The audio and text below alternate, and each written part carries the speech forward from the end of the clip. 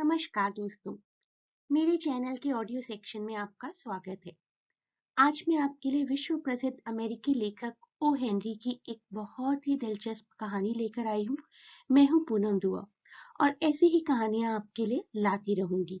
Please channel को subscribe और share करना ना भूलें।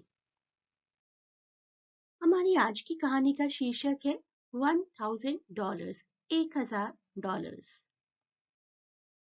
आपने द लास्ट लीफ नामक कहानी को जरूर कभी ना कभी पढ़ा या सुना होगा। इस विश्वविख्यात कहानी के कहानीकार हैं ओ हेनरी। ओ हेनरी का मूल नाम विलियम सिडनी पॉटर था, जिनका जन्म 11 सितंबर 1862 में अमेरिका के ग्रॉसबेरो, नॉर्थ कैरोलिना में हुआ था। वो आमतौर पर अमेरिकी लघु लेखक के रूप में जाने जाते हैं। जब वे 19 वर्ष के हुए तब उन्होंने फार्मासिस्ट के रूप में लाइसेंस प्राप्त किया। जब वे फार्मासिस्ट का काम कर रहे थे तब उन्होंने अपनी रचनात्मक अभिव्यक्तियों के तहत दुकान में आने वाले कई उपभोक्ताओं का स्केच बनाया, जिसके बाद उनके कला कौशल की काफी तारीफ की गई। चाहे उनकी पढ़ाई छूट गई, लेकिन उन्होंने अपने रचनात्मक कार्यों को जारी रखा। बचपन में ही उन्होंने कई तरह की किताबें व उपन्यास पढ़ डाले थे। इसके अलावा उन्होंने एक बैंक में भी काम किया, लेकिन कुछ दिन बाद उनके हिसाब में $1000 की गड़बड़ी का आरोप लगाया गया, जिसके बाद मालिक ने उन्हें सजा देने के नाम पर नौकरी से निकाल दिया। जैसे कि आप पहले ही जान चुके हैं, ओ हेनरी का असल नाम विलियम सिडनी पॉटर था। अब सवाल यह उठता है कि उनका नाम ओ हेनरी कैसे पड़ा। दरअसल जब विलियम सिडनी पॉटर 3 वर्षों में 3 महीनों के लिए जेल की सजा काट रहे थे, तब उनके व्यक्तित्व में काफी परिवर्तन आया। उनके दिल में गरीबों के लिए दया भाव उत्पन्न हुआ, जिससे उन्होंने कई कहानियों की रचना की।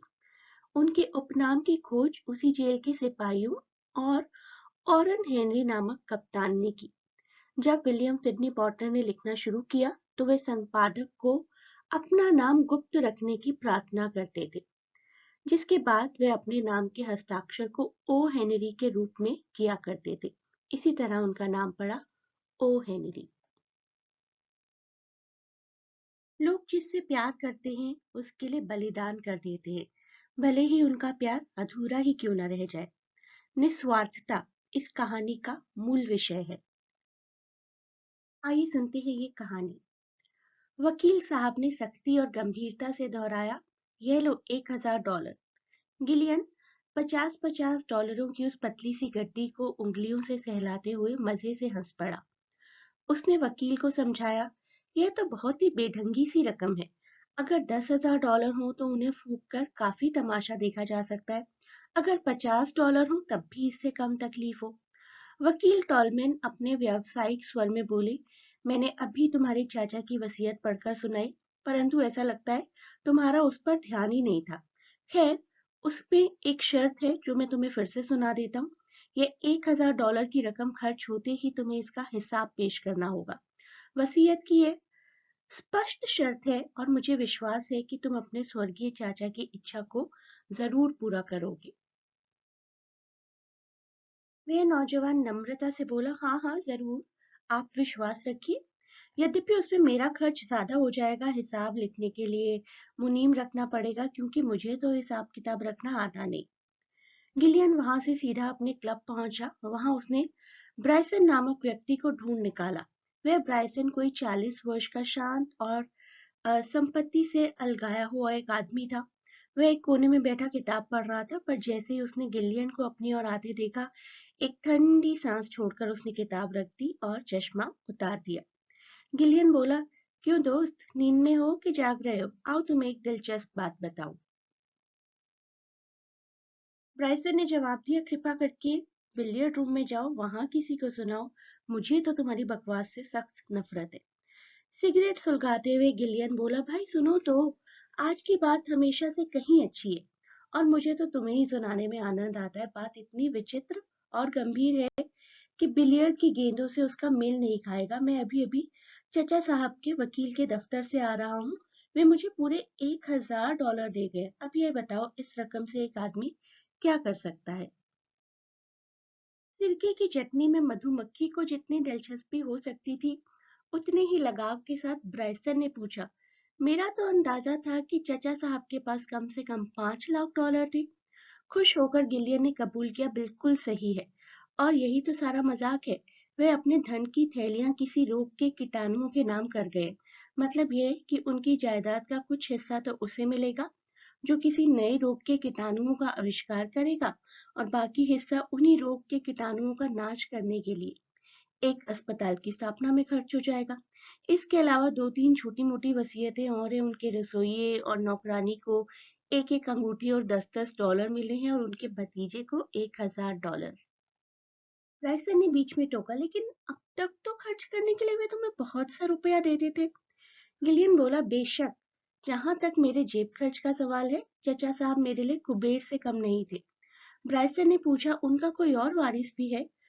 सुलगाती हुई सिगरेट की तरफ त्योरी चढ़ाकर और सामने के कोच को पांव से ठोकर मारते हुए गिलियन बेचैनी से बोला, कोई नहीं। मिस हेडन नाम की एक लड़की जरूर है जो उन्हीं के मकान में रहती है, जिसे उन्हीं ने पाला पोसा है। दुर्भाग्य से उनके पिता चचा साहब के मित्र थे। लड़की बिल्कुल शांत और संगीत प्रेमी है। मैं कहना भूल गया कि यह अंगूठी और $10 वाला मजाक उसके साथ भी किया गया है। इससे तो कहीं अच्छा होता मुझे भी वही मिलता। मजे से 2 बोतल शराब की पीते और अंगूठी वेटर को टिप दे देते। 10 मिनट में किस्सा खत्म और छुट्टी होती। अब देखो ब्राइसन, अधिक समझदार होने का ढोंग करके मेरा अपमान मत करो। ये बताओ, इन $1000 का मैं क्या कर सकता हूँ? चश्मे के कांच पोंछता हुआ ब्राइसन मुस्कुराया, और गिल्लियन समझ गया कि अब यह आदमी कहीं अधिक करारी चोट पहुंचाने वाला है।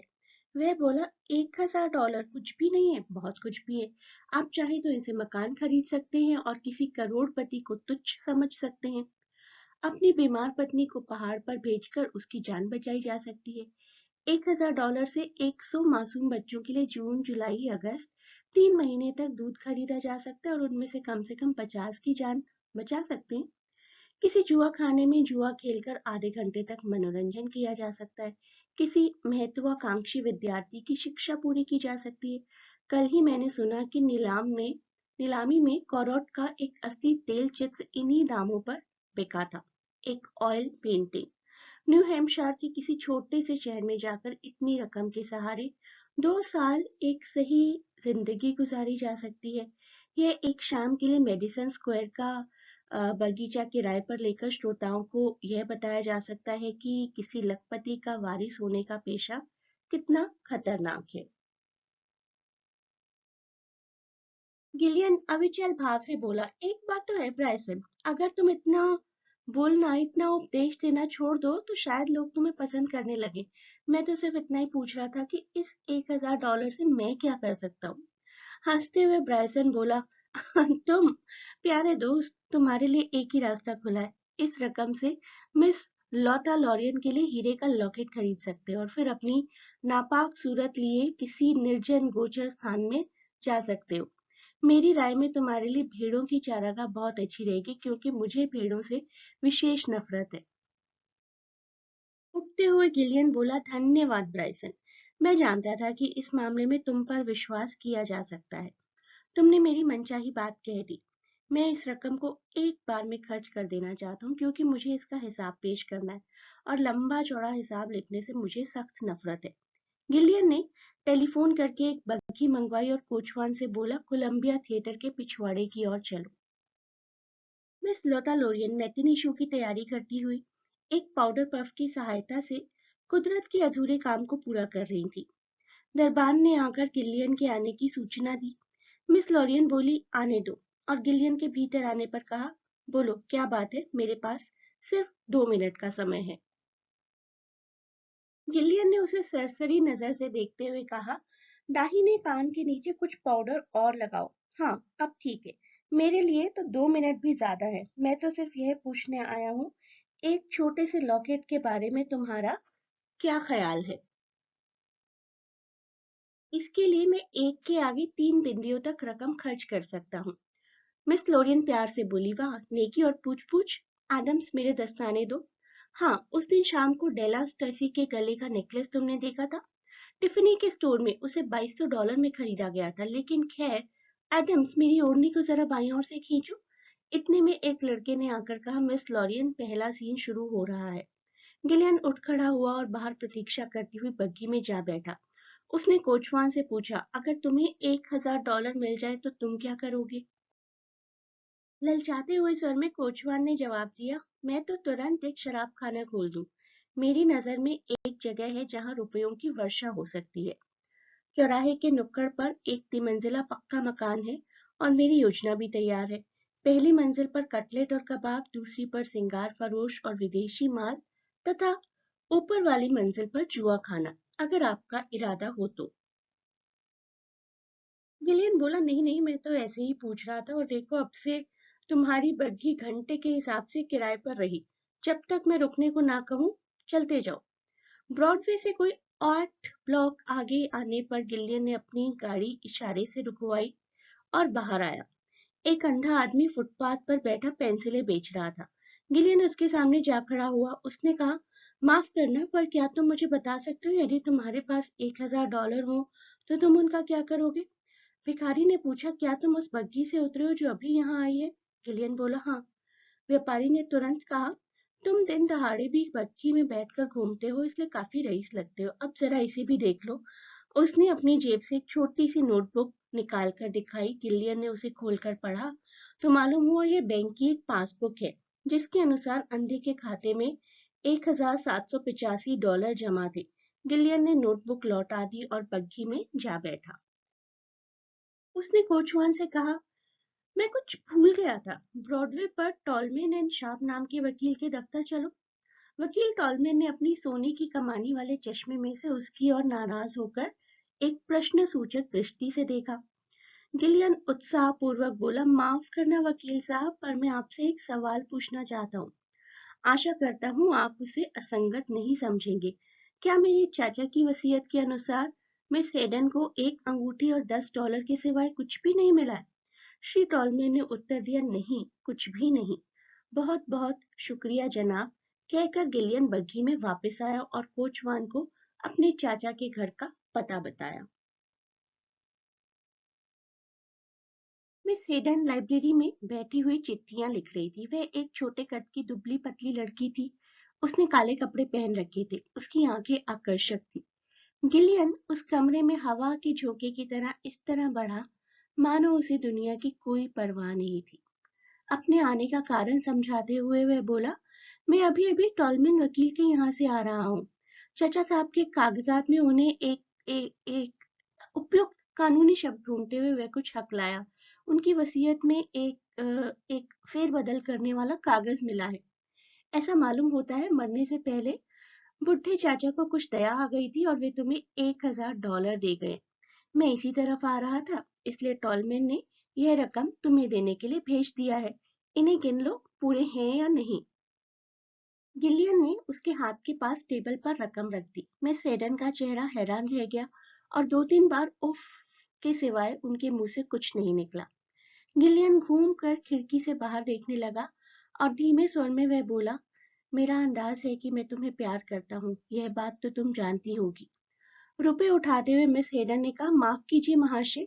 गिलियन ने मजाक के स्वर में पूछा, क्या इसकी कोई संभावना नहीं? वह बोली, मैंने कहा आपसे, मुझे माफ करिए। मुस्कुराते हुए गिलियन ने पूछा, क्या मैं एक चिट्ठी लिख सकता हूँ? वह उस बड़ी टेबल के पास जा बैठा। मिस हेडन ने उसे कागज और कलम दी और अपनी मेज पर जा बैठी। गिलियन ने अपने खर्च का हिसाब कुछ इस तरीके से लिखा। अभागे कपूत रॉबर्ट गिलियंस द्वारा $1,000 उस लड़की को दिए गए जो संसार में सबसे सुंदर और प्यारी है, जिससे उसे अक्षय सुख और स्वर्गीय आनंद प्राप्त हुआ है। इस चिट्ठी को लिफाफे में रखकर गिलियन ने अभिवादन किया और बाहर चला गया। बग्घी एक बार फिर टॉलमैन एंड शार्प के दफ्तर के सामने जाकर रुकी। सुनहरे चश्मे वाले टॉलमैन को गिलियन ने यह सुख समाचार सुनाया, मैंने वे $1,000 खर्च कर दिए। वादे के अनुसार उनका हिसाब पेश करने आया हूँ। मौसम में बसंत की बहार छा रही है, सच है ना मिस्टर टॉलमैन? वकील साहब की टेबल पर एक सफेद लिफाफा फेंकते हुए वह बोला, इस लिफाफे में हिसाब का कागज है, जिसमें उन $1,000 के लुप्त होने का ब्यौरा दिया गया है। लिफाफे को हाथ लगाए बिना मिस्टर टॉलमैन ने दरवाजे के पास जाकर अपने पार्टनर मिस्टर शार्प को बुलाया। दोनों ने एक भारी भरकम तिजोरी खोली, जिसकी गहराई में से काफी देर ढूंढने के बाद उन्हें एक मोहरबंद लिफाफा मिला। उसे खोलकर अंदर का कागज पढ़ते ही दोनों आदरणीय व्यक्तियों के सिर हिलने लगे। टॉलमैन ने औपचारिक स्वर में कहना शुरू किया, मिस्टर गिलियन, आपके चाचा ने अपनी वसीयत में अंतिम समय में कुछ संशोधन किया था। हमारे ऊपर यह जिम्मेदारी उन्होंने गुप्त रूप से डाली थी और यह हिदायत दी थी कि तुम्हें दिए गए $1000 का ब्यौरेवार हिसाब तुम जब तक पेश न कर दो तब तक ये मोहरबंद लिफाफा ना खोला जाए। तुमने उनकी ये शर्त पूरी कर दी है, इसलिए मैंने और मेरे पार्टनर ने अभी अभी उनकी वसीयत का परिशिष्ट पढ़ा। मैं तुम्हारे दिमाग पर कानूनी शब्दों का बोझ नहीं डालना चाहता, परंतु इसका सार तुम्हें सुना देता हूँ। तुम्हारे $1000 खर्च करने के ढंग से यदि यह प्रमाणित हो जाए कि तुम में कुछ ऐसे गुण भी हैं जिनकी कद्र होनी चाहिए, तो तुम्हें बहुत फायदा हो सकता है। इस बात का फैसला मिस्टर शार्प और मेरे ऊपर छोड़ दिया गया है। मैं तुम्हें विश्वास दिलाता हूँ कि अपना कर्तव्य निभाने में हम न्याय और उदारता से काम लेंगे। मिस्टर गिलियन, हम आपके विरोधी नहीं हैं, परंतु वसीयत की शर्तों को पूरा करना हमारा कर्तव्य है। शर्त यह है कि यदि आपका $1000 खर्च करने का ढंग समझदारी भरा, विवेकपूर्ण या निस्वार्थ प्रमाणित हो, तो हम आपको $50,000 दे सकते हैं। इतनी रकम हमारे पास जमा करा दी गई है। साथ ही हमारे स्वर्गवासी क्लाइंट की यह भी शर्त है कि यदि तुम उस रकम को ढंग से खर्च करो, जैसा कि तुम आज तक करते आए हो, माफ करना ये शब्द मेरे नहीं, स्वर्गीय मिस्टर गिलियन के हैं, और अपने निकम्मे दोस्तों की सोहबत में रुपया बर्बाद कर दो, तो गिलियन द्वारा पाली गई मिस मरियम हेडन को यह रकम तुरंत दे दी जाए। अब मिस्टर शार्प और मैं आपके हिसाब को जांच कर तय करेंगे कि आपने रुपया किस तरह खर्च किया है। हिसाब तो आप लिख कर लाए ही हैं। मुझे आशा है कि हमारे फैसले को आप स्वीकार भी करेंगे। मिस्टर टॉलमैन ने लिफाफे की तरफ हाथ बढ़ाया, परंतु गिलियन ने झपट्टा मारकर उसे छीन लिया।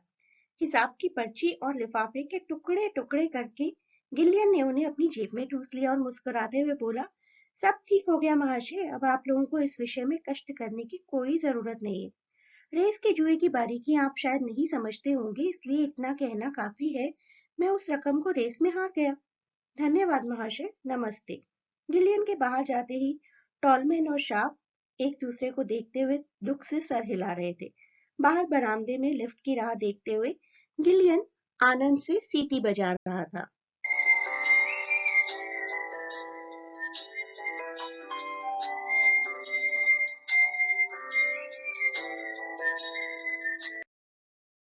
तो यह थी हमारी कहानी। कहानी के अंत में गिलियन के जाते ही उसकी हंसी और सीटी की आवाज से वकील हैरान रह जाते हैं। गिलियन ने निसंदेह झूठ बोला है और उनसे कहा है कि उसने $1000 खो दिए हैं ताकि मिस हेडन को उसकी विरासत मिल सके। कहानी का संदेश है कि किसी का व्यवहार उसके चरित्र का सूचक नहीं होता। तो कैसी लगी आपको ये कहानी? मुझे लिखकर कमेंट्स में जरूर बताएं।